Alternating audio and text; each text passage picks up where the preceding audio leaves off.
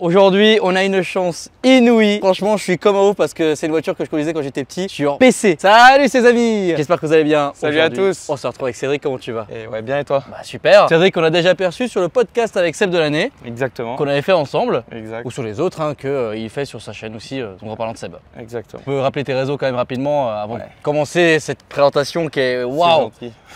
Hâte 7 bouts de scène sur partout en gros. Que tu as une partie aviation qui m'intéresse quand même assez fortement. Ouais, en effet. Mais bon. Aujourd'hui, on va parler d'un autre type d'avion et waouh, vous avez vu au titre à miniature forcément, XJ220.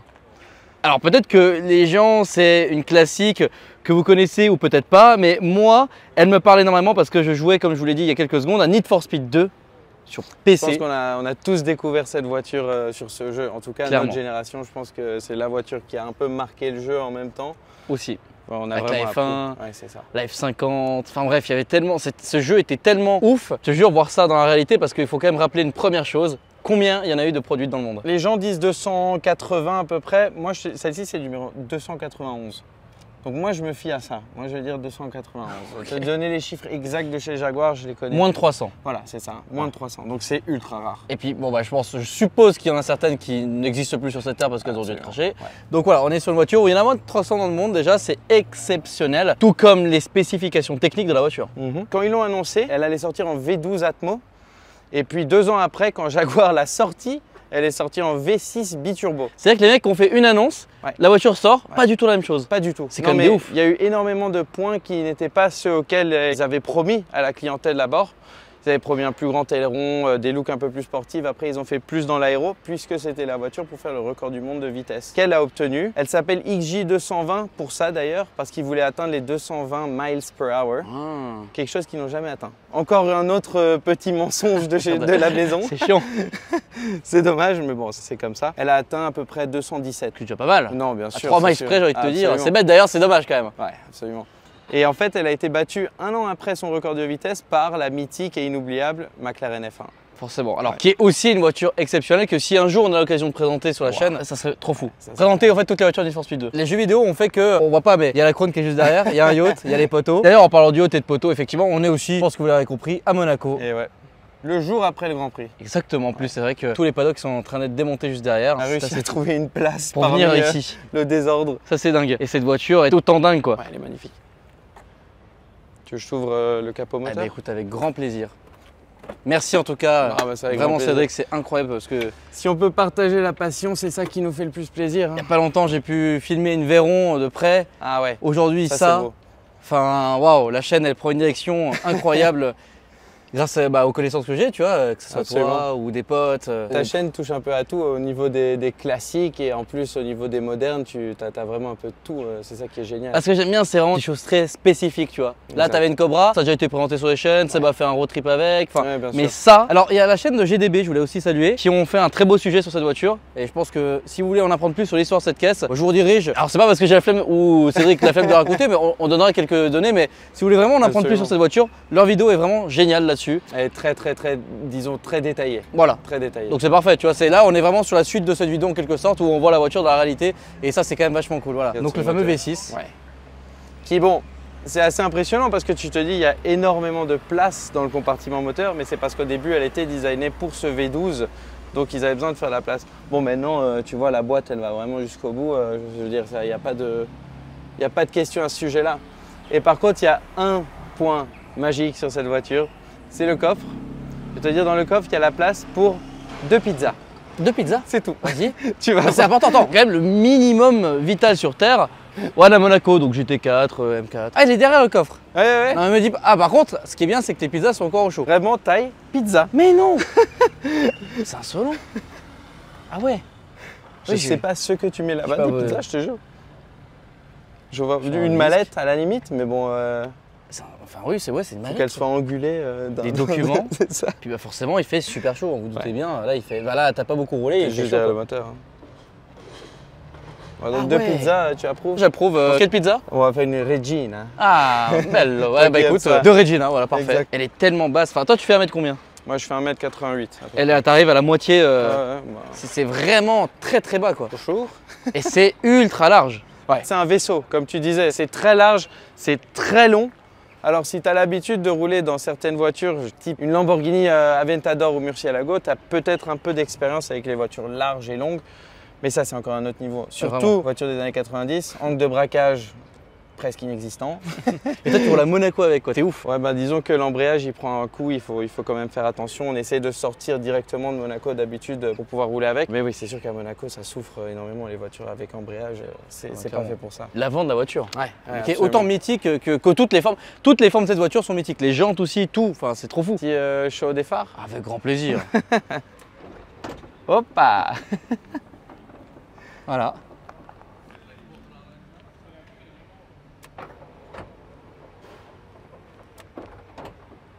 Magnifique. Alors la voiture, je la trouve beaucoup plus belle quand c'est fermé. Waouh. Quelle classe. Quelle classe. Ouais, tu vois, pour rentrer. Alors oui, je vais quand même montrer ça parce qu'en fait la porte ne s'ouvre pas plus que ça en termes d'angle. Le niveau maximum. Oh, la largeur de la porte. Ouais, c'est blindé quoi. Ce qui lui manque, on va dire en termes de design, elle le gagne en termes de performance. Oui. C'est vraiment sympa à conduire. Tu conduis, tu arrives à 3500 tours, 4000 tours, tu as les turbos qui s'enclenchent, tu entends vraiment ce sifflement. Si tu lâches la pédale, tu entends ce... Comme Raoul dirait si bien...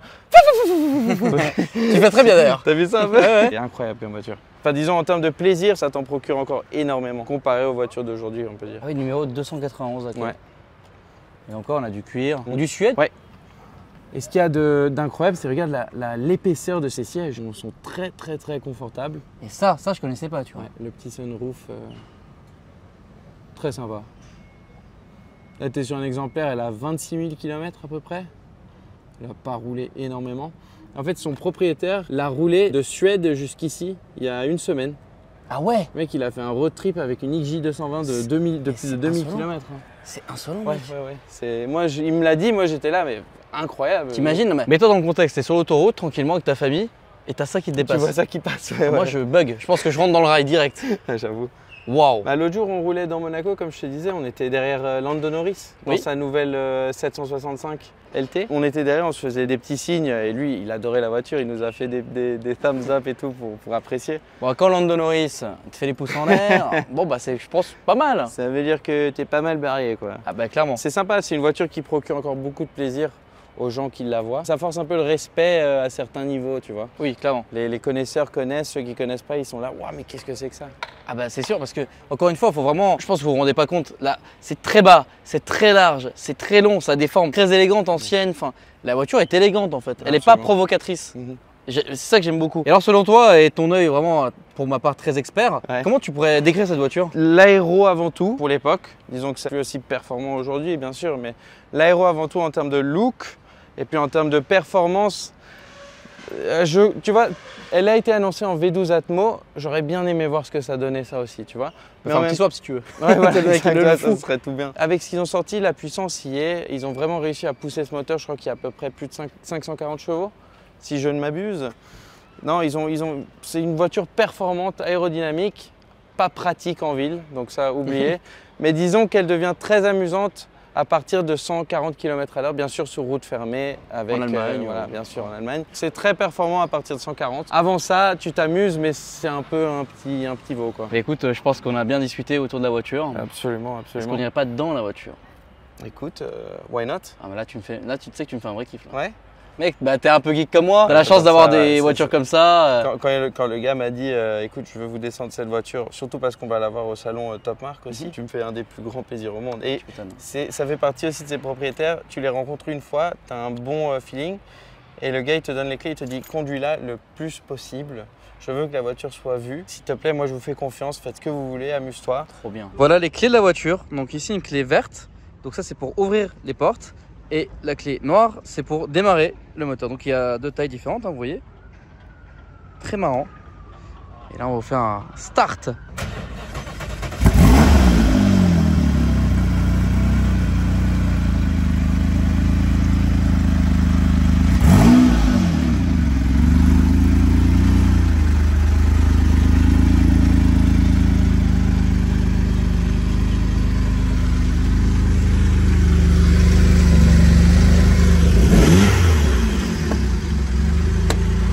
Donc l'angle de la porte hein, qui prend pas plus que ça. Et alors là, pour s'insérer à l'intérieur, pour montrer cette délicatesse ultime. Premier pied ici. Là, je monte ton fion. Hop là, comme ça. Donc c'est une entrée en matière à 45 degrés. Magnifique. La porte est méga lourde, faut bien la claquer. Ah oui, c'est vrai qu'on n'est pas obligé de mettre la ceinture à Monaco d'ailleurs. Ah, Monaco, c'est vrai. Et on fait les muscles dans cette voiture. Oh, les manos sur la porte, c'est incroyable. Petit poste alpine. Waouh. Pour se tester, on va avoir 2-3 tunnels où on pourra un peu accélérer. Voilà. Mais on va faire le circuit de Monaco pour le petit kiff de la vidéo.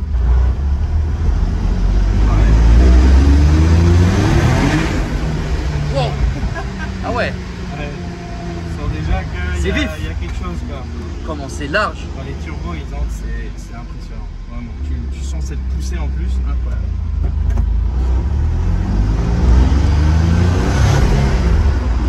Oh le turbo oui. Génial. C'est génial. Ouais, c'est des émotions cette voiture encore une fois. C'est ta conduite. C'est brutal, on y va. Ouais, un petit détail ici, une poignée. Hein. Il y a la clim, ça c'est fou. Ouais, et en plus elle marche du tonnerre. Ouais, elle marche très bien. Ouais. Direct froid. Franchement, on est bien, elle marche très bien. Il s'est fait un plaisir, papy, en revenant sur la route. Clim qui marche, siège très. Enfin, franchement, par contre, on est très bien assis. Ah ouais.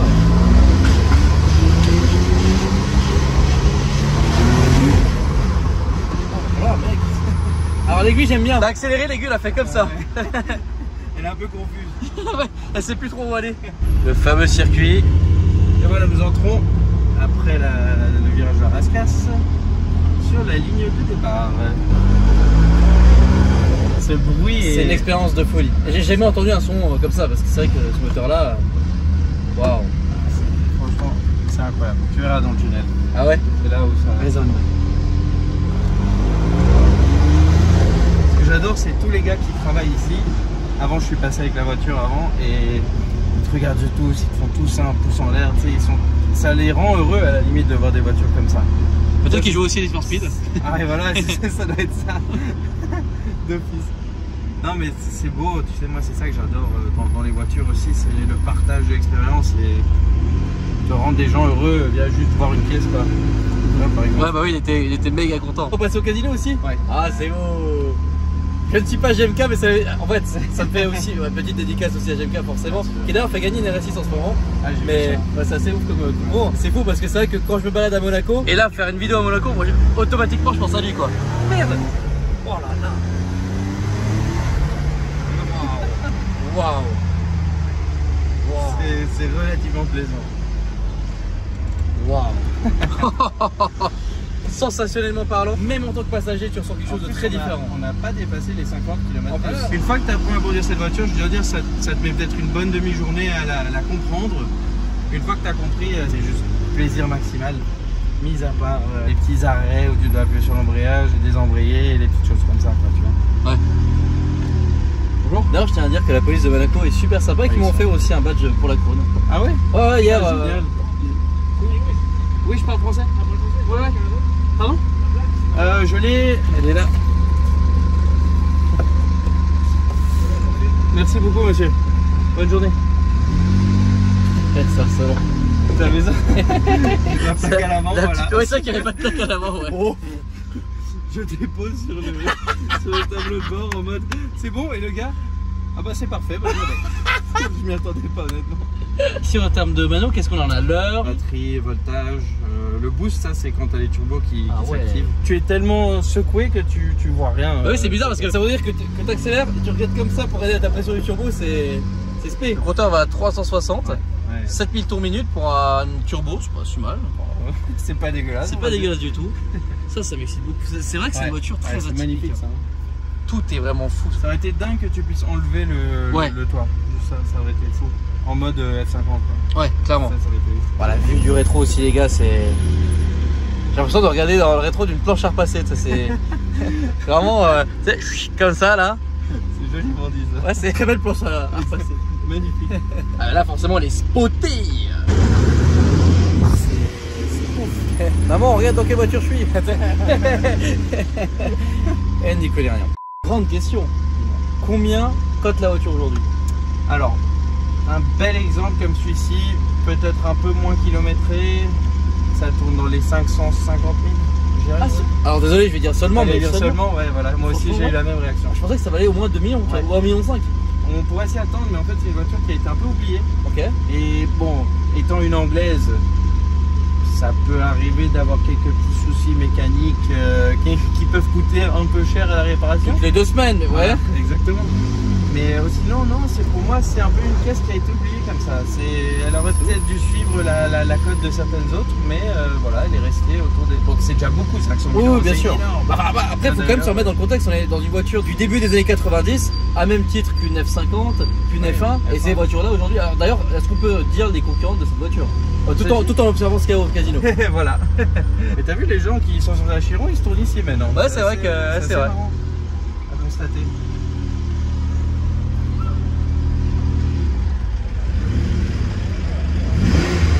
Vas-y, on leur donne ce qu'ils veulent. Petit plaisir. Et quels sont les équivalents à cette voiture dans ces années-là, les concurrentes? Pour moi, c'est la McLaren F1. Ouais. Salut les gars. Ça va? Pour moi, c'est McLaren F1. Tu sais, quand tu parles de voiture pour faire le record du monde de vitesse, c'est quand même c'était une prouesse énorme à l'époque. Donc, ils ont réussi avec celle-ci. La concurrente après ça, c'était la McLaren F1. Et donc, McLaren F1, si on peut la rappeler en termes de chiffres, cote actuelle d'ailleurs. Petit plaisir. Profitez bien, les gars. Ils ont plus de 20 millions.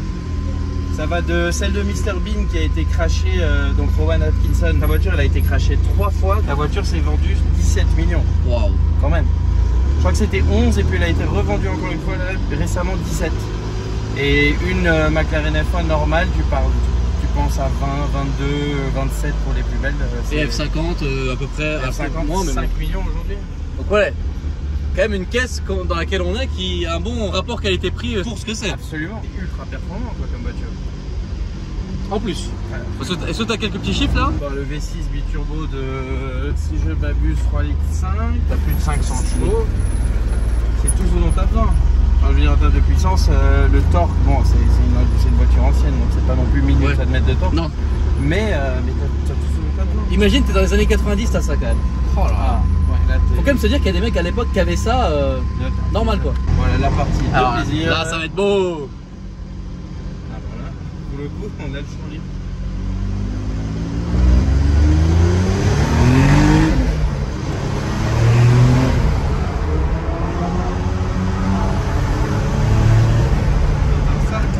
Les freins sont très bons, je dois dire, comparé à certaines autres voitures, les freins sont très très bons. Tu dois... Bon, ça gigote un peu, tu appuies bien, mais en termes de voiture de course, t'as un bon freinage. Et surtout une ancienne quoi. Ouais, absolument. Cette voiture, tu sais, ils ont aussi fait la XJ220S qu'ils ont ensuite utilisée pour Le Mans. Donc cette voiture a fait Le Mans une fois, elle a concouru, elle n'a pas gagné, mais elle a fait, je crois qu'elle a fait un bon résultat qui était pour certains respectable. D'accord. Tu vois, elle s'est pas mal placée. On va faire un petit test. Il y a un petit problème avec la Cobra. On va dépanner la Cobra. En venant en Niki 20. Voilà, génial. Assistance Jaguar, bonjour. Je sais pas quoi dire, le cadre de cette vidéo est quand même exceptionnel, qu'on soit à Monaco et le fait qu'on soit avec cette voiture, enfin, ça n'a aucun sens. Bon, on disait il y a quelques secondes que l'embrayage c'est compliqué. L'odeur, c'est vrai que l'odeur... T'as une connaissance de l'historique de la voiture, l'entretien peut-être, comment ça se passe avec une voiture comme ça d'ailleurs? Parce qu'on a parlé de prix, mais en vrai, l'entretien, qu'est-ce qu'il en est de cette voiture? Alors l'entretien, je sais que le gars l'a fait à 25 000 km. Il l'a fait aussi pour la préparer pour le road trip qu'il a fait. Elle était en parfaite condition, ils ont changé tous les fluides, il a checké les durites. Je veux dire, bon, mais t'as vu les durites qu'il y a là, c'est le truc de compétition, oui. C'est pas des vieux trucs en caoutchouc ou quoi que ce soit. Des années 90, non? Ouais, voilà, exactement. Donc non, tu fais tout un check. En fait, ces voitures-là, c'est très simple. Du moment que tu les maintiens, que tu en prends soin, tu garderas une voiture saine. Après, si c'est des voitures que tu oublies un peu dans le fond de ton garage, oui, bah, il va falloir faire un gros entretien qui va te coûter un peu d'argent, c'est sûr. Mais à la fin du compte, tu as une voiture qui marche et c'est ça le plus important. Ah, d'où le fait qu'il te demande de la conduire quoi. Et je crois qu'il a fait à 5 000, 10 000, 15 000, 20 000. Et tu quand même chez Jaguar, mais un concessionnaire spécifique. Oui, bien sûr. Ouais, ça pousse quand même. C'est fou, non, ça pousse quand même. Voleur! Ouais! Qui fout le coffre de la voiture? Quelle vue quand même! Ah bah alors là, c'est encore mieux. Sur ce bateau, quand même, ce voilier Ah, quand même vrai très magnifique. incroyable. C'est vraiment à Monaco, on voit des choses quand même exceptionnelles. Ah, je voulais vraiment te remercier. Bah, merci à toi. C'était une vidéo qui m'a été possible parce que t'as ça et c'est trop fou quoi. Écoute, merci mille fois. T'imagines même pas. Bah, si tu le sais, parce qu'on a joué au même jeu. Bien sûr. Et donc forcément, ça a une valeur inestimable de pouvoir juste en voir une en fait. Et alors là, en faire un tour dedans. Écoute, c'était un vrai plaisir pour moi, tu sais qu'à chaque fois qu'on se voit, c'est toujours génial. Ah bon? Passer un bon moment. Oui, on passe un très bon moment. Ah bon? T'avais pas un bracelet en début de vidéo d'ailleurs? J'avoue. C'est bien la soirée hier soir? Ouais, c'était bien. Bon. Ah ouais? On a 1h30 de sommeil dans nous, donc c'est... 1h30 de sommeil, il arrive bien à tenir la vidéo. Hein. Écoute, on le fait pour les choses qui sont nécessaires, pour la passion. C'est beau. En tout cas, encore une fois, ces réseaux sont dans la description. N'hésitez pas à liker la vidéo, à vous abonner et à commenter, à nous dire ce que vous en pensez de cette voiture. Est-ce que vous aussi, vous l'avez conduit sur Need for Speed 2? C'est quand même une petite question sympathique. Puis bah, moi, je vous dis à la prochaine pour de nouvelles aventures. Salut!